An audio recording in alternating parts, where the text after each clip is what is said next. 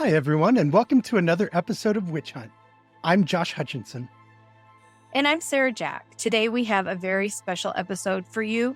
We are honored to be joined by the renowned historian, Mary Beth Norton.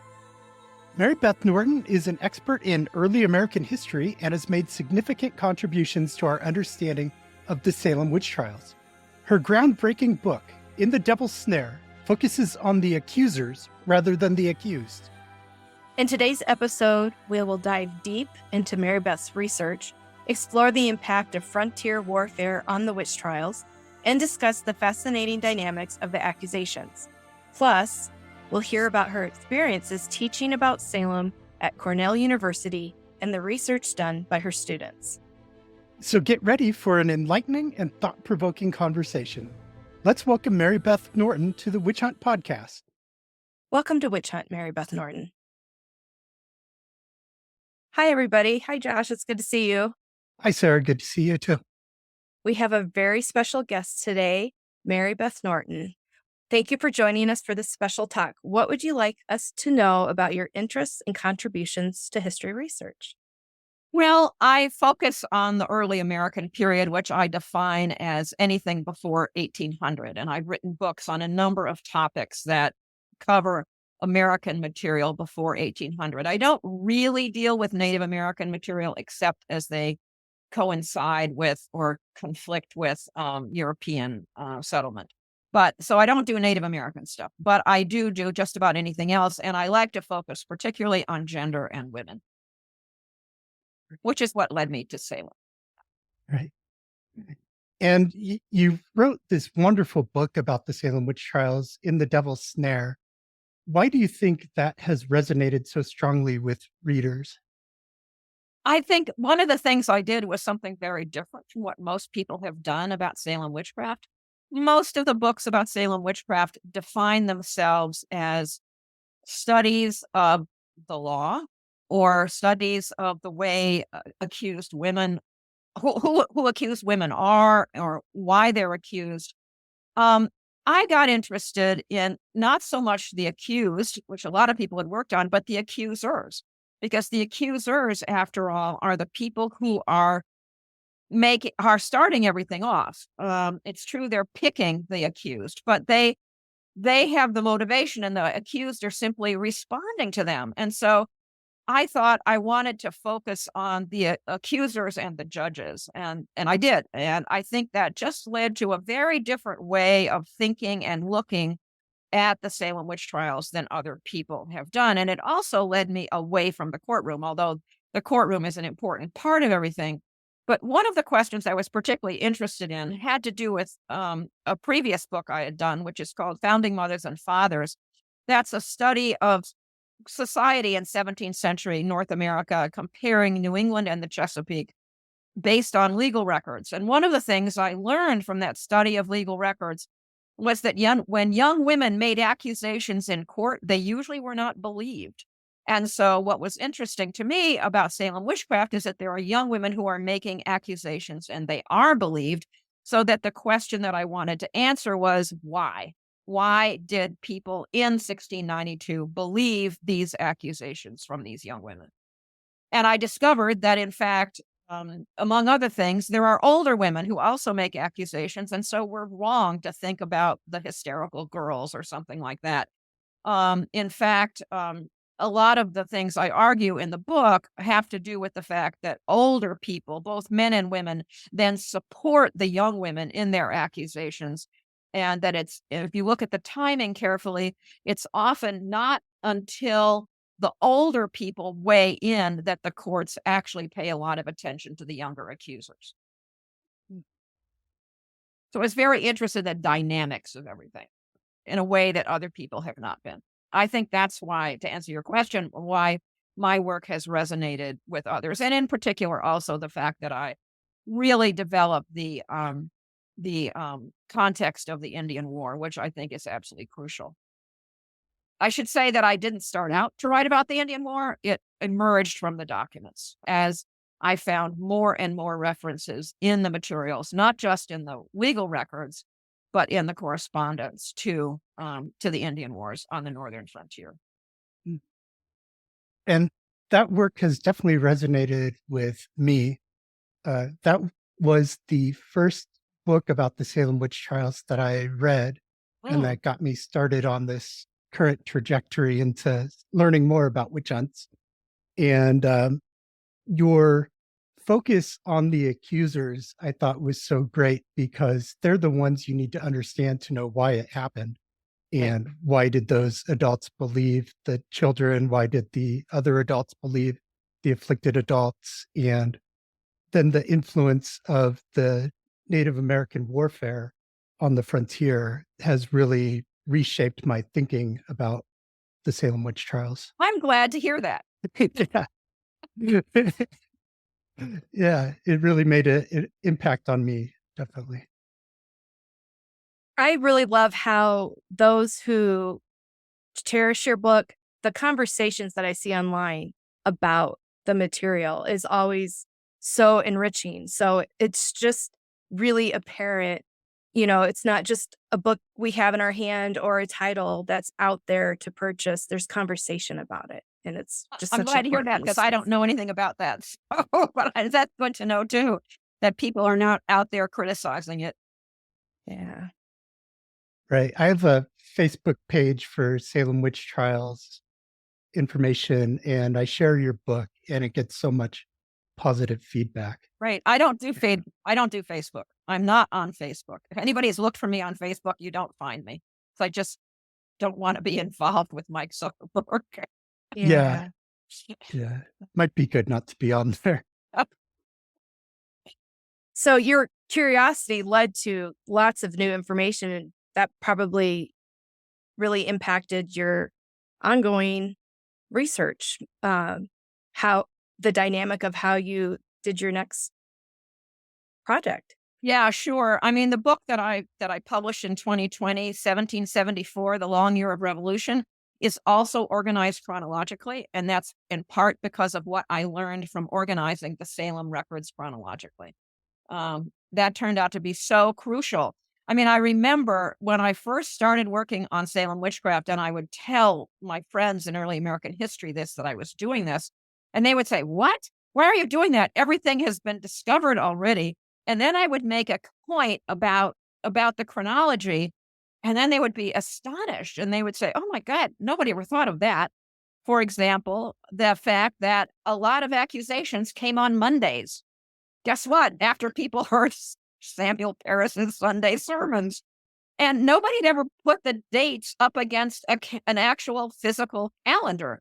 So when I did the book, I created an entire calendar for the Julian year 1774. I mean, not obviously 1692, and so that I could tell what days of the week were active and what days of the week were not active in terms of hearings and trials and accusations and so forth. So I had this huge file on my computer of the chronology, and that was all before the new witchcraft book appeared. That is the Bernie Rosenthal edited version of the Salem witch trial records, and that too is organized chronologically, but it's organized differently chronologically. That is, it's organized chronologically in terms of the legal records.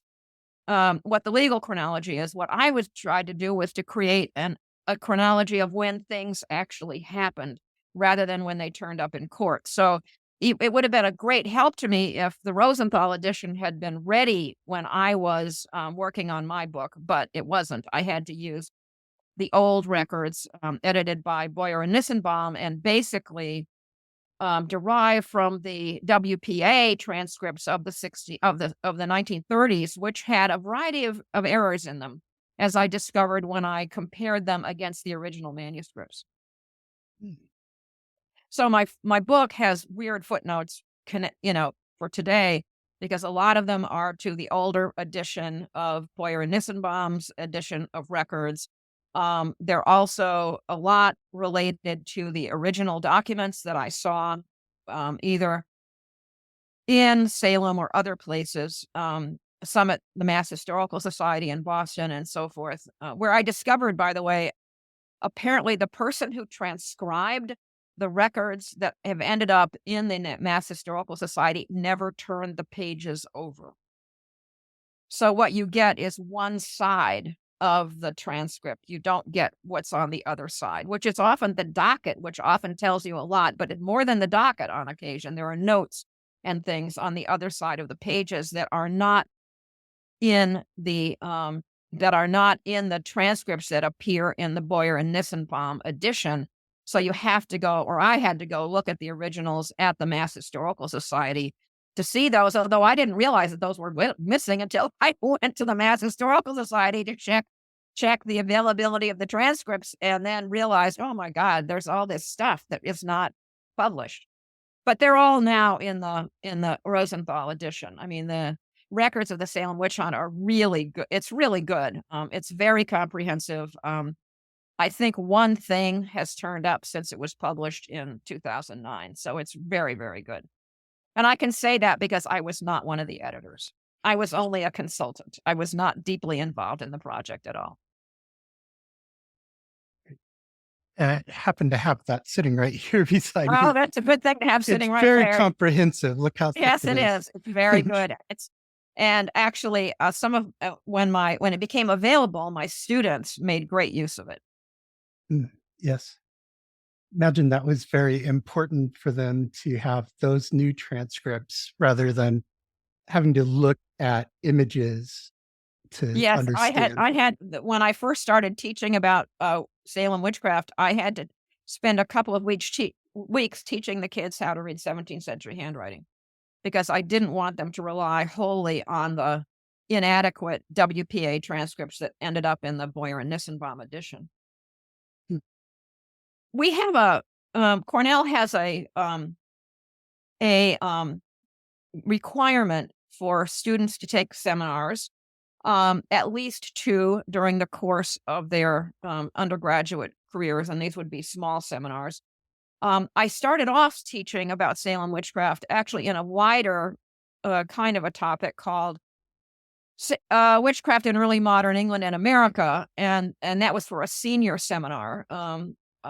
These are things, a course that all senior history majors had to take before they graduate. I mean, they could take other people's courses, but that was one of their options, was mine.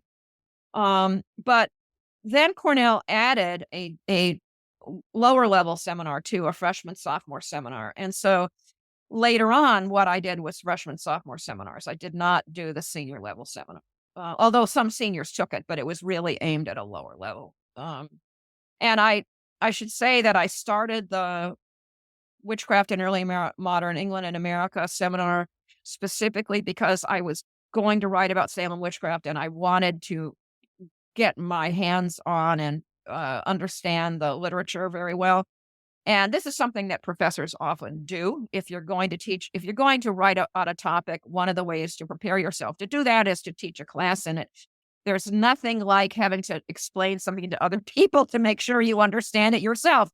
And so I originally started the class because I was planning to write about Salem witchcraft. This is years before I actually did it. And then once I had written about Salem witchcraft, I thought, oh gosh, I can't teach this anymore. But then I realized that because I did know the material so intimately, I could point, again, the lower level students, not people writing senior theses or something like that. That would be 50 or 60 pages, but people writing short papers of 10 to 12 pages, that I could point that at specific things that had not been studied.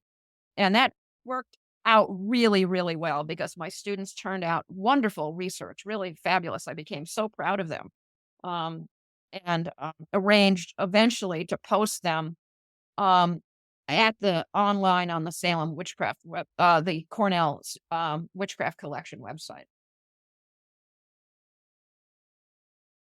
Can you tell us a little about that Cornell Witchcraft Collection? Sure. The Witchcraft Collection actually dates back to practically the beginning of the university.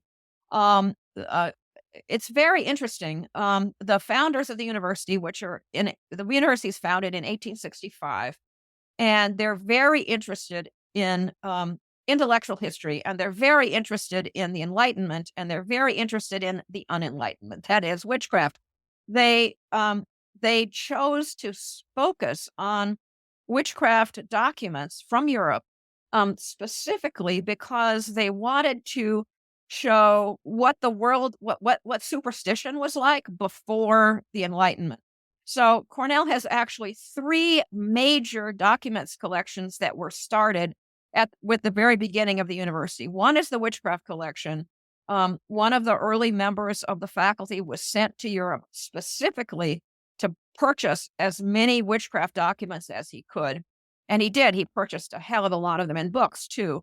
Also another collection on the Enlightenment and on the French Revolution, which is deeply connected to the Enlightenment, and another collection on abolitionism in America, on the movement to abolish slavery. So the idea is to have these major documentary collections that combat superstition and bad stuff, in which case slavery is obviously involved. And so anyway, the Cornell Witchcraft Collection is mostly European witchcraft, mostly a lot of it's in German. A lot of it is books. There's also a lot of documents, records of witchcraft interrogations in Germany in particular, Switzerland to a certain extent, and other places. Cornell has digitized over 100 books that are in English so that people can get access to them, get access to the English books. The European witchcraft stuff has not really been digitized in the same way because it's just not the demand for that as there are for works in English, at least not in the US.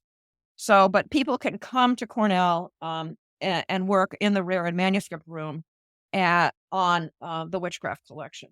And when I was doing In the Devil's Snare, I decided to look at the papers of George Lincoln Burr, who people who are familiar with witchcraft publications in the U.S. know that Burr published a very good collection of narratives of the witchcraft trials in the early 20th century. And he was, in fact, one of the faculty members who was involved in trying to collect the witchcraft information for the witchcraft collection. And I knew his papers were here at Cornell, and so I looked at them. There was not a lot for me in it, but I did find a couple of things that had not been published. In fact, one that ended up in the 2009 collection because it had been thought not to be about Salem, but it turned out to be that it was about Salem. And then I found the very interesting statement in Latin by a Church of England minister in New York who was asked by the witch trials judges in Salem to consult on definitions of witchcraft and so forth, and it had never been translated into English. So I had a colleague, he's now dead, but a medievalist who I said, "Here, can you translate this for me?" And he did. So I was able to quote some of it in the book. Excellent. So a few rare things in the collection were of interest, and they did have a copy. The witchcraft collection does have a copy of John Hale's narrative, and a few other publications that relate to Salem, but mostly it's not about Salem. However, anybody can get at this by just Google Salem Witchcraft Collection. It's easier than trying. I mean, I could give you the URL, but it's easier just to Google Salem Witchcraft Collection, and you will get to the front page, the home page, which will tell you what's what, give you a description of the collection. And then there is a link on the front page to student research, and those are the papers of my students. Would you like to tell us about how your students approached this research or picked their topic? What was that project like for them? They used very different things to choose their topics. I mean, I just tried to point them at things that other people hadn't written about. And of course, there were papers that were written in the class that I did not post online. I only posted the ones that were most that were best done and they were best written and so forth. The students really worked hard on them. Basically, they did 3 drafts. 2 drafts during the course of the course itself, and then a 3rd draft in response to my final critiques before we posted it online. So they're very well researched, they're very well written. In fact, some of them have been cited in subsequent books on Salem witchcraft. Tad Baker, officially Emerson Woods Baker, did cite at least one of them, and I think maybe 2 of these papers in his book, A Storm of Witchcraft, which came out after mine. So I'm just very proud of the kinds of things they did, and they picked topics that were of interest to them. For example, a young man who was going to go to law school and did go to law school, wrote a paper specifically about something that nobody had ever looked at, which was the times that grand juries refused to indict people. Not wholly refused to indict people, but refused to issue certain indictments. And this was known as ignoramus. When a grand jury did not indict somebody, they wrote on it ignoramus, and that means we do not know in Latin. And so they refused to indict these people. Now, no one had ever focused on this because, in fact, the same people were indicted for other reasons. And so, but the question that intrigued my student, Patricio Martinez, was, what was it about these particular cases that made the grand juries not indict people for those offenses? What made these offenses more dubious, shall we say, than others that they were willing to indict people for? So I thought that was an absolutely fascinating paper. Another student who was interested in legal matters, although she's just recently completed her PhD elsewhere, she wrote this paper as a freshman originally. She was interested in the two prosecutors, and so she wrote Annie Powell. She wrote a wonderful paper called "Salem Prosecuted," where she looked specifically at the 2 prosecutors, the successive prosecutors. Everybody thought that the second prosecutor was a lawyer. The first prosecutor was a lawyer. Everybody thought the second was too, and she discovered, no, he wasn't a lawyer at all. He was just a recently arrived Brit who had some knowledge. And both the prosecutors had deep connections to the judges, and nobody had ever looked at the prosecutors in detail before. So she showed how much of a detail, how much connection they had with the judges, which I thought was also really excellent. So there's a bunch of these papers that turn things up that other people haven't noticed. I mean, other papers that I particularly liked were a couple of papers that dealt with particular kinds of evidence that were presented at the trial. At the trials, one person looked at when people at the trial produced actual material things like a knife or something like that the witch tried to stab me with this knife. And she discovered that early on in the trials, that kind of thing was much more common than it was later. Again, someone taking a real attempt to look at the chronology of things. And she discovered that, and she thinks that this evidence turned out to be somewhat problematic. And so people abandoned it later on. And the same thing was true with the search for witches' marks on the accused body. There's a lot of attention to witches' marks early in the records, but then that disappears. And again, my student argued that it became problematic in terms of the presentation of the evidence. And so that goes away.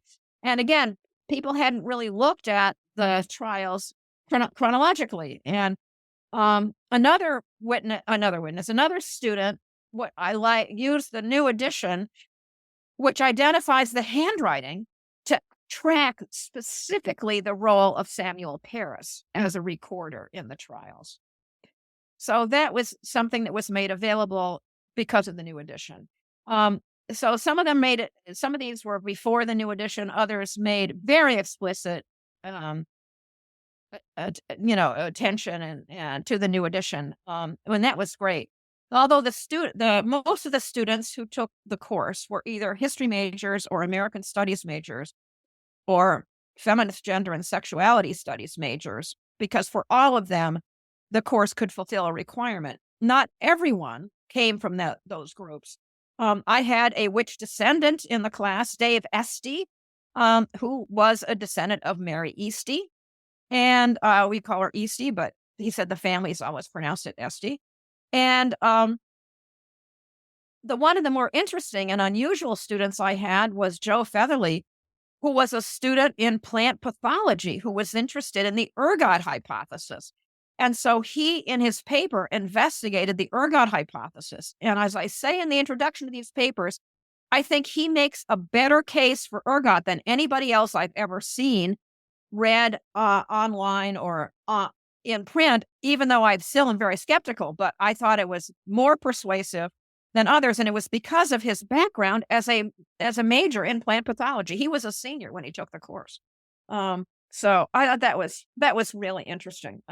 It was just fun. I had students from all over the university, and they did great research. They really did, and they worked so hard on putting the papers into final form. When I would pick the papers from the universe of papers at the end of the semester, usually I had anywhere between 12 and 15 students in the seminars, and I would pick 3 or 4 or 5 papers as the best ones to potentially post online. And in all the years that I did it, I only had one student who said no, she didn't want to have her paper posted online. They had to sign because of the federal law, they had to sign a release form, and that's actually online along with the paper itself, their signature on this release form, making it possible. They've said that it was so thrilling to them to have a, quote, online publication that they could put in their CV and their resumes, and their parents were thrilled. They were thrilled. They were very pleased, and they deserve to be very pleased by the quality of their work. So I encourage anyone who's listening to this podcast or watching to check out these papers, because they really are good. And I will say one of them, some of them, I was kind of skeptical when the student came to me and said, I want to do this. And I would say, I'm not sure you can do that, but go ahead and try. And they usually came up with something really good. And in particular, one of those was Tamar Weinstock, who went on and got a master's degree later, but did not continue, who said she wanted to do a paper on the men who were hanged as witches, and she wanted to study the other evidence about them, because she recognized that they were being abusive husbands. And I was dubious about that, even though I'd paid a lot of attention to these guys. Well, it turns out she was right. Of the 6 men hanged at Salem, 5 had been accused of abusing their wives. And so she makes a case that has something to do with why they're accused as witches. And another one I particularly would call attention to is the absolutely fascinating case. This was a very late case of Timothy Swan of Andover, who was reputedly afflicted by a number of witches, and people would attest people from Andover were confessing to being witches. They would say they went out and they afflicted Timothy Swan along with other people.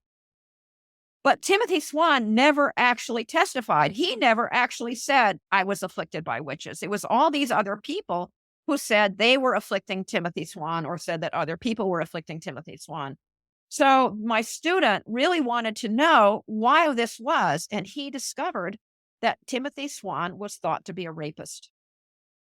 Timothy Swan had been charged and cleared earlier in his life for a rape charge. And clearly, and he titled the paper, It Takes a Witch to Catch a Rapist, which I found a great title. So, that's another paper that I thought really turned up things that just other people had not discovered. Just want to say, Sarah and I are cousins of one of your authors, because we're descendants of Mary Eastie also. Oh, great. Okay. So that's part of why we got involved in this. Our ancestors. Good. Well, I'm a descendant of Mary Bradbury. So. Oh, that's great. I say it somewhere. I'm a descendant of Mary Bradbury. And in fact, the fact that I am allowed me in The Devil's Snare to understand something in her trial that was otherwise obscure to people. Because I'm descended from a marriage that had aroused a great deal of controversy and comment, and was a part of the accusation against her. And I understood the backdrop, although nobody ever said it was because her son married this woman that everything happened. So Yeah. I'm It's just also descended from a stepdaughter, not a foster, a stepdaughter of um, of Martin. What's her first name? Susanna. Susanna Martin. Yes, I originally thought I was descended directly from Susanna Martin, but then I discovered that she married her husband, Mr. Martin, um, within a month of his first wife's death, and his first wife died giving birth to my ancestor. So she was basically the only mother my ancestor ever knew, but she was not the biological mother. Right. Wow. Those are really interesting ties to that saga. And there are people out there who think that's why I did it. I mean, you said you got interested in it because of your connections. I didn't. I got interested in it for scholarly reasons, for academic reasons. Because as I said, I'm interested in the role of women in the public realm. And so I'm interested in, as I said earlier, why the judges believed these women when they were making their accusations. So it was Yeah. not the fact that I'm a descendant of a Salem witch that led me to do it. I'm not very pleased that Stoughton told Rebecca that she made the mistake, and so she was convicted. Yeah, right. Yeah, Stoughton is not a great guy, although we hope that Margot Burns will figure him out. Yeah, she's going to do a good job with that. Yeah, right. Right. We've had her on and talked to her about that before. So we have Yeah, good. confidence. She keeps me updated on what she's doing with Stoughton. So, Oh, Yeah. that's great. I'm really anticipating it. I think, whatever we can know more, it just helps us see. I mean, there's always so much more to see, but he's a very critical person. Right? And I didn't have anybody who worked on Stoughton. So I had people who worked on nobody actually worked on, now I'm thinking about it, nobody actually worked on individual judges, although they worked on witnesses, individual witnesses. I mean, one I didn't mention earlier, is a very interesting study of Sarah Vibber, who kind of recedes into the background, but testifies in an enormous number of cases. And my student decided that the judges, for some reason, we couldn't figure out quite why, believed that she was particularly trustworthy because, unlike a few witnesses who appear in only a few cases, she's called up constantly, even though she is basically a kind of a Me Too witness. She's never the first person to accuse somebody. She's always saying, "Oh yeah, that happened to me too." I mean, she's that kind of a witness. But maybe that's what they wanted, some kind of backup or support for that. I don't know. Right. And didn't people testify against her that she was lying? Yes. I mean, she did not have a great local reputation, which is why it's interesting why the judges believed her, why the judges were willing to go along with what she was saying, because she was a relatively low status person in town. would you like to tell us about their trip to Massachusetts for research? Sure. I won a teaching prize here at Cornell some years ago, and it carried with it a substantial amount of money to use for teaching possibilities, and so I could have dinner with students. Once I took a whole bunch of students to a concert, that sort of thing. I could do all sorts of stuff. And I thought, and my students were always so interested in Salem that I decided one year to I'd had 3 or 4 classes of students who were still on campus, and I had one year. So I thought, well, what if I charter a bus and take these students to Salem, and would they be interested? So I did. I I asked a whole bunch of students, and we set up a time that would be good for them, which was the last couple of days just before spring break one year. And so they could leave for their homes from the Boston area. So anyway, I hired a local bus and driver, and he took us to Salem. We stayed at the Hawthorne Hotel, of course, and walked around town. I arranged for a special tour of the Rebecca Nurse House, which was technically not open yet for the season because it was early in March, because it was in March. I arranged for a special tour of the quote witch house, which of course is not the witch house. It's the home of Judge Corwin. We met with Margot, who talked about her research and the creation of the Rosenthal edition. So it was really a lot of fun, and the students, I think, got a lot out of it. They said they did, and one of the things we did, which something that I always do whenever I go to Salem, I took a whole bunch of votive candles and matches, and I made sure that we put a candle on every bench in the witchcraft memorial there in the heart of Salem, which I find extremely moving and better than the one in Danvers. And so that was very interesting. It was good to do that. And the other thing I should say, we also went to the hole in the ground where Paris's house was, where the Salem Village parsonage was. So they did a number of things in a couple of days, and then everybody dispersed. Some came back here to Ithaca, some went off to their spring breaks, various places. But I thought it was very successful, and they did too. Some of them were surprised that Salem is a big, bustling city. They still thought it was a tiny village somewhere. So, but then there were people who were from the area who knew. But it was interesting. Right.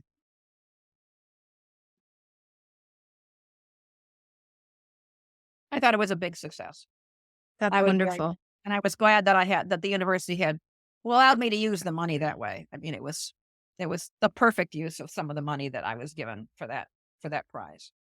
And I'm sure, Margot Burns getting the opportunity to speak directly with these researchers who were using the materials that she'd been buried in, that must have been wonderful engagement. Yeah, I think it meant a lot to her, and I know it meant a lot to them too.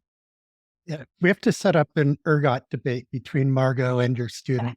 Well, you'll have to track him down. He graduated some years ago, Right. That sounds like a great one. What advice would you give to students who are aspiring historians? Don't think that all questions have been answered. Formulate new questions. I mean, think seriously about what you're reading, and think about what isn't done in these and what could be done. It was my reading of all these previous Salem witchcraft books that I was teaching in the senior seminar early on that made me realize that everybody had been focusing on the accused and not on the accusers, and made me realize how much it was oriented around legal processes. I mean, for all that I really like Bernie Rosenthal's book, Salem Story, that he published in 1993, I think it's a terrific book, but it is really about the law. And I wanted to widen the scope of the process beyond that. And I'll just say that had the way I did the research had a lot to do with my previous experience in dealing with records in London at the Public Record Office / National Archives. They've moved them and changed the name and everything. But I realized from previous work that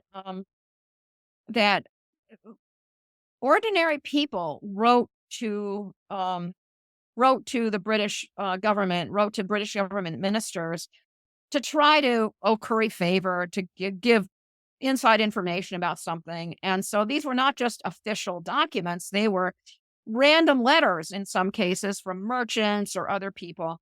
And you really learn a lot from this. And that's actually what led me to understand the importance of the Indian War, because so many of the letters had to do with what was going on the frontier. I really thought when I looked for letters from early 1692 that I was going to find a lot of letters about Salem witchcraft. I did not find many letters about witchcraft. I found all these letters about the Indian War. And so at first I was very disappointed. Why aren't they writing about the witch trials? There are only a few that actually wrote about the witch trials. But then suddenly the penny dropped, and I thought, oh my God, they're writing about the Indian War. That is so crucial to them, and that is the crucial background to what happened in Salem that other people haven't recognized, because they haven't been reading all these random documents in London that I was reading of people writing from Maine, people writing from Massachusetts, and giving the latest news from the frontier. The research oftentimes leads you in places you don't expect it to go. And in my case, it led me to the Wabanakis. And I never really thought it would, it was not one of my focuses, one of my focuses.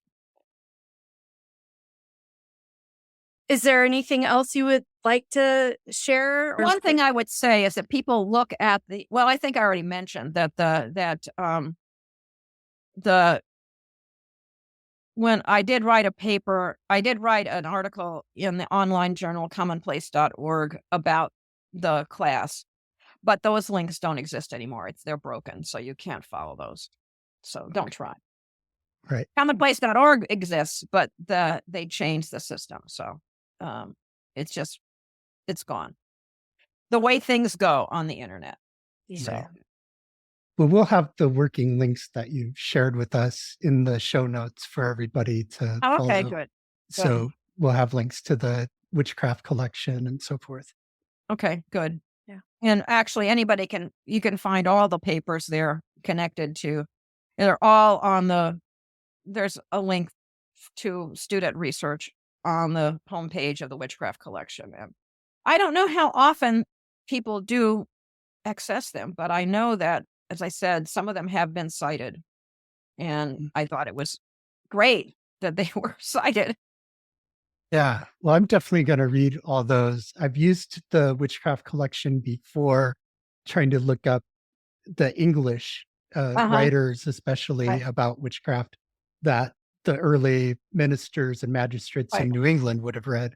Yeah, I looked at those. That's something I did do with the witchcraft collection materials. I looked at those early English materials, both the legal and the religious materials. Yeah, I did read those there. Right. I could have forgot that earlier, but yes, because we do have those. But anyway, the bulk of the collection is European. It's mainland Europe. Yeah. Yeah. Would you like to tell the audience about your new book project? Oh, well, it's a little strange. The book I'm just finishing up, and it will be out, we hope, a year from now with Princeton University Press. It's an edition of Letters to the World's First Personal Advice Column. I refer to it as Ann Landers or A.B. Dickinson or Carolyn Hacks, depending on who you read. For the 1690s. It was started in London in the 1690s by a printer and his two brothers-in-law. And they didn't really intend to write a personal advice column. What they did was they intended to write or to publish a series of broadsheets that would be kind of like Wikipedia for the 17th century. That is, they said, we will answer any question on any topic.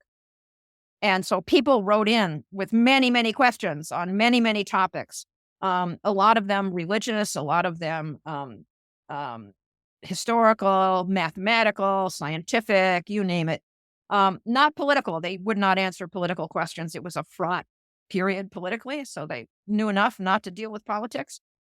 But they were, and people finally, the questions were all anonymous. And so people started to write in anonymous questions about their personal lives, or they would say, a friend of mine has this problem. And they called themselves the Athenians. So that was the publication is called the Athenian Mercury. It's available online through a couple of different online systems.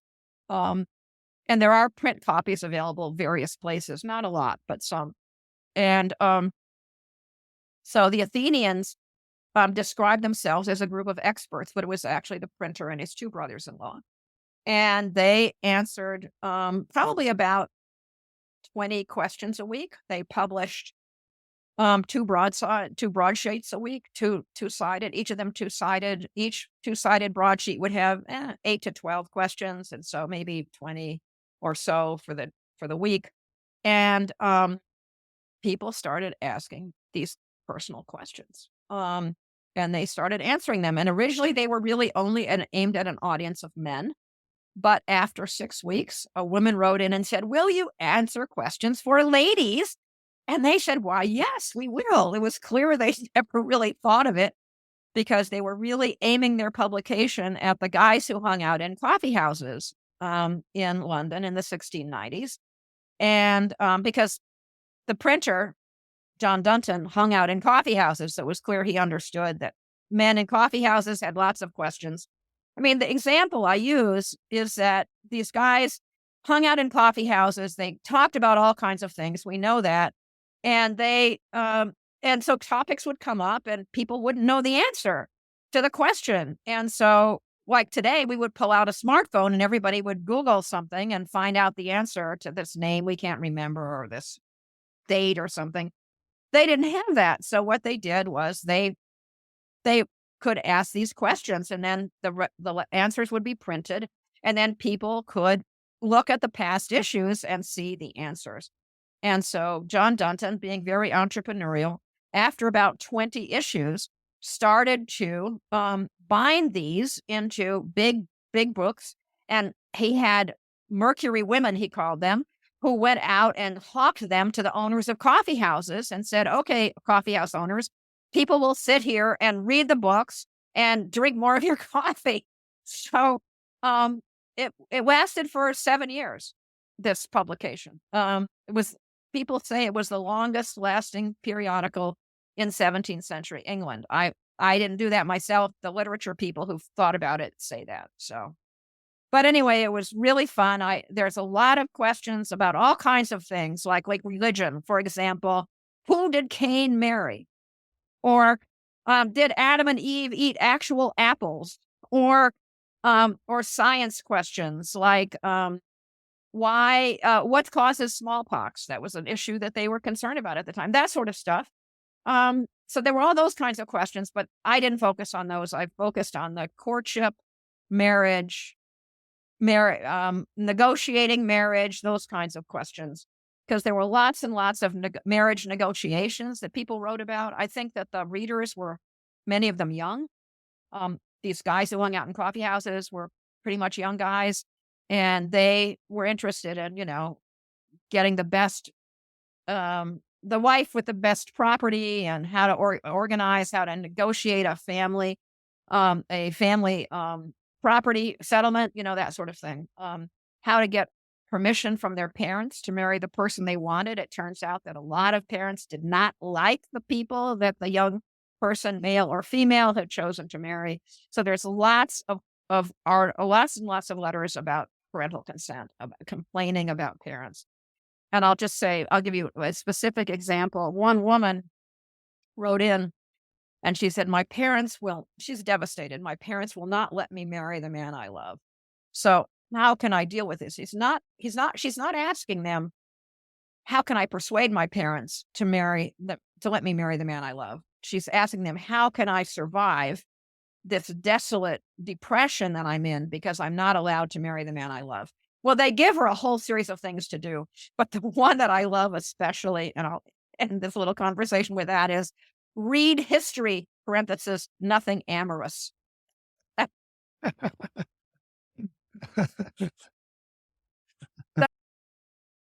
Mary Louise Bingham is back with A Minute with Mary. About 3 years ago, I was honored to see the actual notebooks that my 8 times great-grandfather, Ephraim Wilds, kept from 1692 through the early 1700s. This is the picture you see covered over my face. The notebook has not been digitized and is only available at the Phillips Library Reading Room in Raleigh, Massachusetts. I know by looking at his notebook that Ephraim was intelligent and wrote with a clear hand. He knew science as he wrote of the 4 elements. More so, Ephraim wrote extensively on the solar system. I also get a glimpse as to with whom he did business and with whom he had personal connections.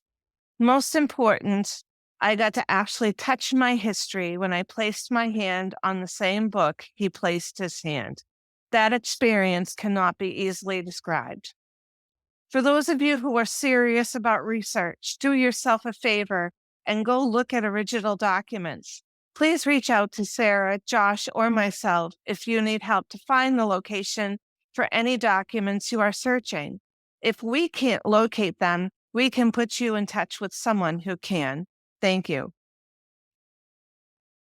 Thank you, Mary.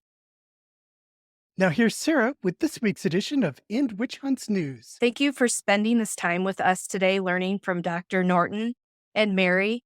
We look forward to hearing from you.